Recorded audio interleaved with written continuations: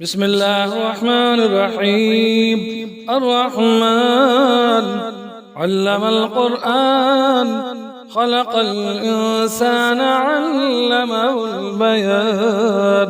الشمس والقمر بحسبان، والنجم والشجر يسجدان. والسماء رفعها ووضع الميزان، ألا تطغوا في الميزان، وأقيموا الوزن بالقسط ولا تخسروا الميزان. والأرض وضعها للأنام، فيها فاكهة والنخل ذات الأكمام، والحب ذو العصف والريحان. فبأي آلاء ربكما تكذبان؟ خلق الإنسان من صلصال كالفخار، وخلق الجن من مارج من نار. فبأي آلاء ربكما تكذبان؟ رب المشرقين ورب المغربين، فبأي آلاء ربكما تكذبان؟ مرج البحرين يلتقيان، بينهما برزخ لا يبغيان. فبأي آلاء ربكما تكذبان؟ يخرج منهما اللؤلؤ والمرجان. فبأي آلاء ربكما تكذبان؟ وله الجوار المنشآت في البحر كالأعلام. فبأي آلاء ربكما تكذبان؟ كل من عليها فان، ويبقى وجه ربك ذو الجلال والإكرام. فبأي آلاء ربكما تكذبان؟ يسأله من في السماوات والأرض، كل يوم هو في شأن. فبأي آلاء ربكما تكذبان؟ سنفرغ لكم أيها الثقلان. فبأي آلاء ربكما تكذبان؟ يا معشر الجن والإنس إن استطعتم أن تنفذوا من أقطار السماوات والأرض فانفذوا، لا تنفذون إلا بسلطان. فبأي آلاء ربكما تكذبان؟ يرسل عليكما شواظ من نار ونحاس فلا تنتصران. فبأي آلاء ربكما تكذبان؟ فإذا انشقت السماء فكانت وردة كالدهان. فبأي آلاء ربكما تكذبان؟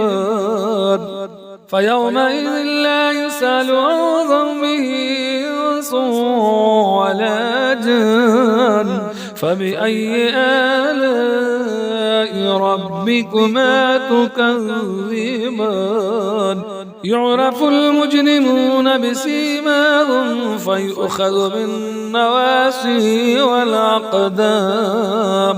فبأي آلاء ربكما تكذبان؟ هذه جهنم التي يكذب بها المجرمون، يطوفون بينها وبين حميم آن. فبأي آلاء ربكما تكذبان؟ ولمن خاف مقام ربه جنتان فبأي آلاء ربكما تكذبان ذواتا أفنان فبأي آلاء ربكما تكذبان فيهما عينان تجريان فبأي آلاء ربكما تكذبان فيهما من كل فاكهة زوجان فبأي آلاء ربكما تكذبان متكئين على فروش بطائنها من استبرق وجنى الجنتين دان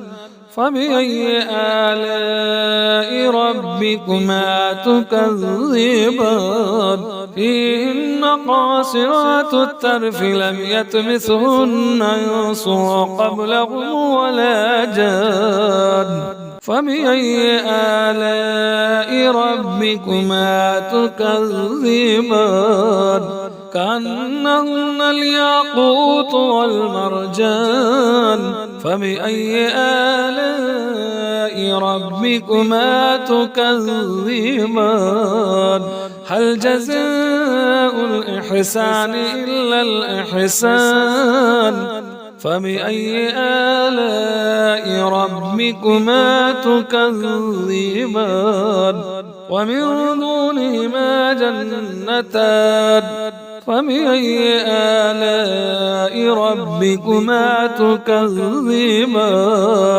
مدهامتان فبأي آلاء ربكما تكذبان فيهما عينان نضاختان فبأي آلاء ربكما تكذبان فيهما فاكهة ونخل ورمان فبأي آلاء ربكما تكذبان فيهن خيرات حسان فبأي آلاء ربكما تكذبان حور مقصورات في الخيام فبأي آلاء ربكما تكذبان لم يطمثهن إنس